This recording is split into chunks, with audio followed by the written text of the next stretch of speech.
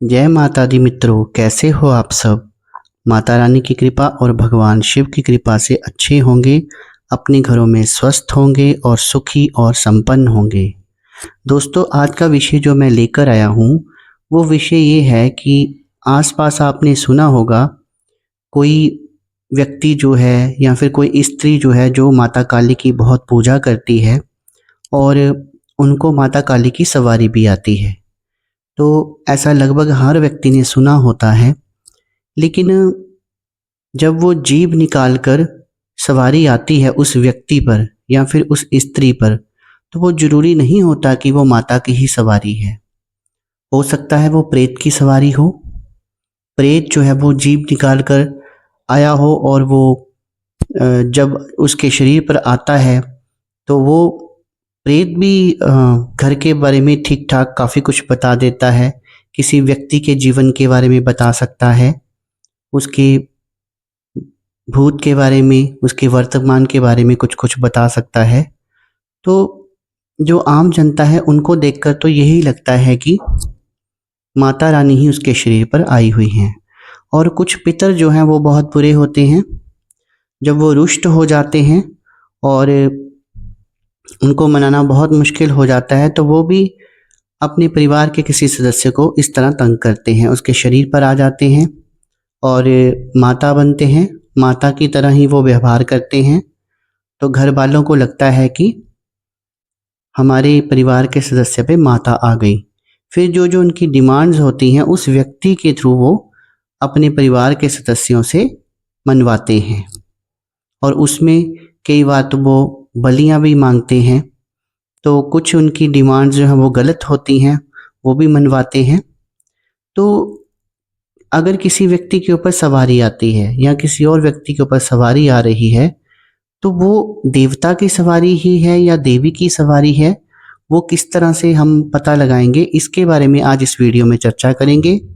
साथ में अंत में एक छोटा सा मैं आपको उपाय बताऊंगा, जो कोई भी व्यक्ति जिसको सवारी आती है या कोई स्वयं नहीं तो कोई दूसरा व्यक्ति जिसके ऊपर सवारी आती है, वो भी अपने घर में इस उपाय को करके इस चीज़ का पता लगा सकता है कि हमारे ऊपर किसी प्रेत की, पितर की सवारी आती है या माता रानी की सवारी आती है।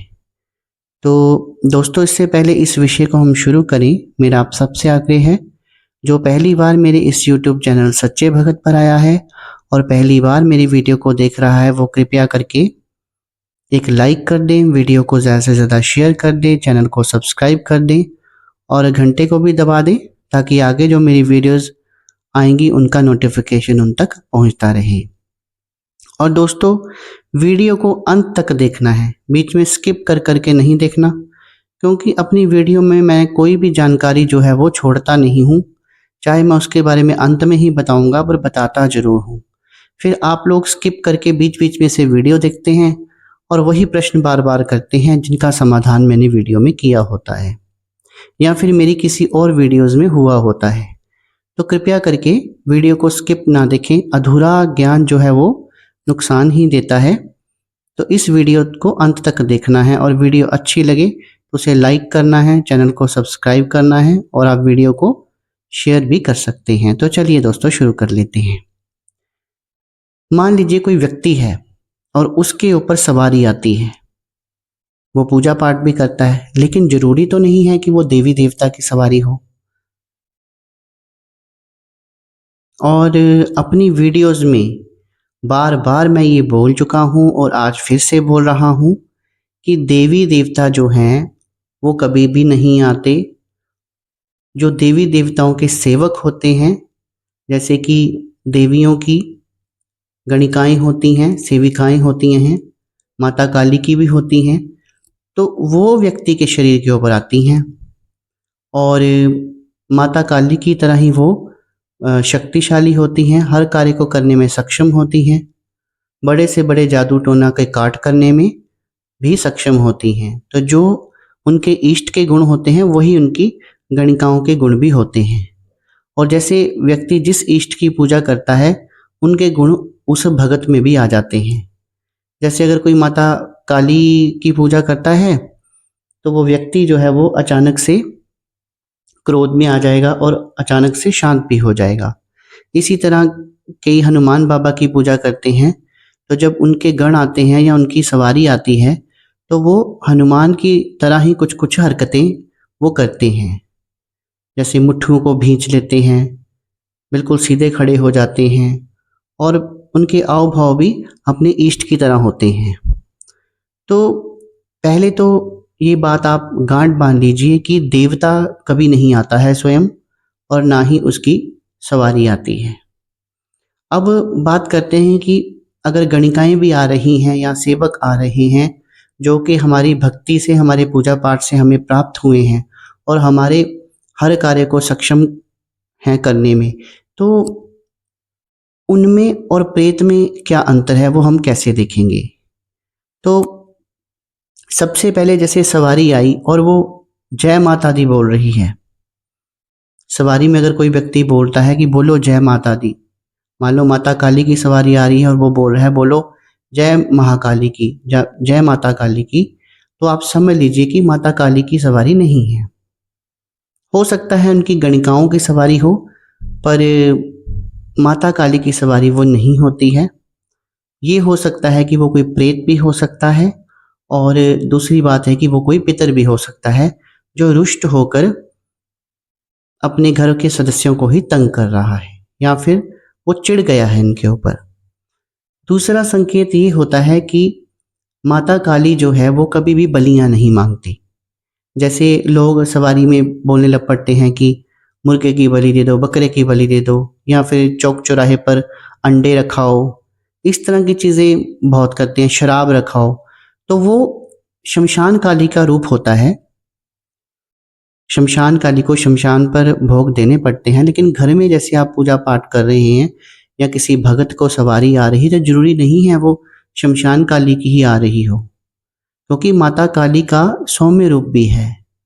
वो माता सती, माता पार्वती हैं और उनका बहुत सौम्य रूप है। अगर उग्र रूप है तो सौम्य भी है, तो सौम्य रूप में भी माता आती हैं, लेकिन अगर देवी की तरंग आती है तो वो कभी भी बलियां नहीं मांगती है। इस चीज़ का आप ध्यान रखिए। एक तो मैंने आपको बता दिया कि वो अपना जयकारा नहीं लगाती है, और दूसरा मैंने आपको बता दिया कि बलियां जो है वो माता रानी कभी भी नहीं मांगती है। अब तीसरा जो एक और संकेत है वो ये है दोस्तों कि कई बार लोग बोलते हैं कि हमें पहले सवारी आती थी लेकिन अब हमें सवारी नहीं आती है, सवारी जो है वो बंद हो गई है, या हमारी सवारी को किसी ने बांध दिया है। तो ऐसा नहीं होता, क्योंकि जब एक बार देवता जो है शरीर में प्रविष्ट हो जाता है, तो प्रविष्ट होने के बाद वो जब 2 4 5 बार उस व्यक्ति के शरीर में आता है तो उसकी दिव्य दृष्टि भी खुल जाती है, और सवारी जब भी वो बैठकर ध्यान लगाकर माता रानी को पुकारता है तो माता की सवारी जो है वो आती ही आती है। अगर ऐसा हुआ है तो वो किसी प्रेत की सवारी थी या आपके किसी पितर की सवारी थी, और अब वो जो है किसी कारण से अगर आपका प्रेत कट गया है या फिर आपके पितरों को आपने मना लिया है तो वो सवारी आना बंद भी हो जाती है। लेकिन देवी देवता की सवारी जो होती है वो कभी भी बंद नहीं होती। ये भी एक बहुत बड़ा संकेत है दोस्तों। जब भी माता काली की सवारी आती है तो आप लोगों ने देखा होगा कि जिसके ऊपर वो सवारी आ रही होती है उसकी जीव काफ़ी बाहर को आ जाती है, यानी कि जीव काफ़ी लंबी हो जाती है। तो माता काली का ऐसा स्वरूप क्यों है, इसके पीछे ये कहानी है कि जब माता जो है बहुत प्रचंड हो गई थी, प्रचंड रूप में आ गई थी, और भगवान शिव जब उनके सामने आकर लेट गए थे और उनका जो पैर जो है भगवान शिव की छाती पर रखा गया, तब उन्हें स्मरण हुआ कि उनका पैर जो है उसके नीचे तो उनके महादेव, उनके पति आ गए हैं।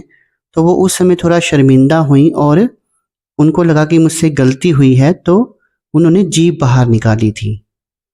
तो माता रानी की जीभ बाहर आने का ये कारण है।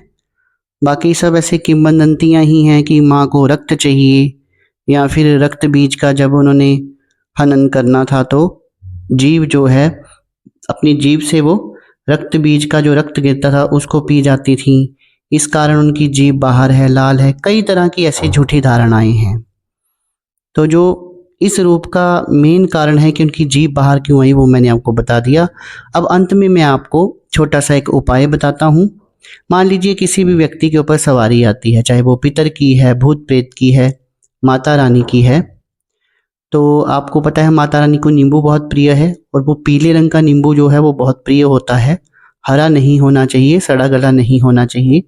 आप एक पीले रंग का नींबू ले लीजिए और जिस किसी व्यक्ति को अगर आपके ऊपर भी सवारी आती है और आपको डाउट है, वैसे तो अपने इष्ट पर डाउट नहीं करना चाहिए, तो अगर आपको सवारी आती है तो आप इस चीज़ की पुष्टि करना चाहते हैं कि सवारी किस चीज़ की है, तो आप एक गोल आकार का, खंडित नहीं होना चाहिए, पीले रंग का एक नींबू ले लीजिए और अपने ऊपर से सीधा घुमा लीजिए 7 बार, यानी कि क्लॉकवाइज डायरेक्शन में। आपने एंटी क्लॉकवाइज नहीं घुमाना है, क्लॉकवाइज डायरेक्शन में घुमाते हुए और 7 बार आपने जो माता का सबसे प्रिय मंत्र है ओम क्रीम कालिकाय नमः ओम, इस मंत्र का जैसे आपने एक बार घुमाया तो एक बार जाप करना है और 7 बार घुमाया तो 7 बार साथ साथ में आपने जाप करना है।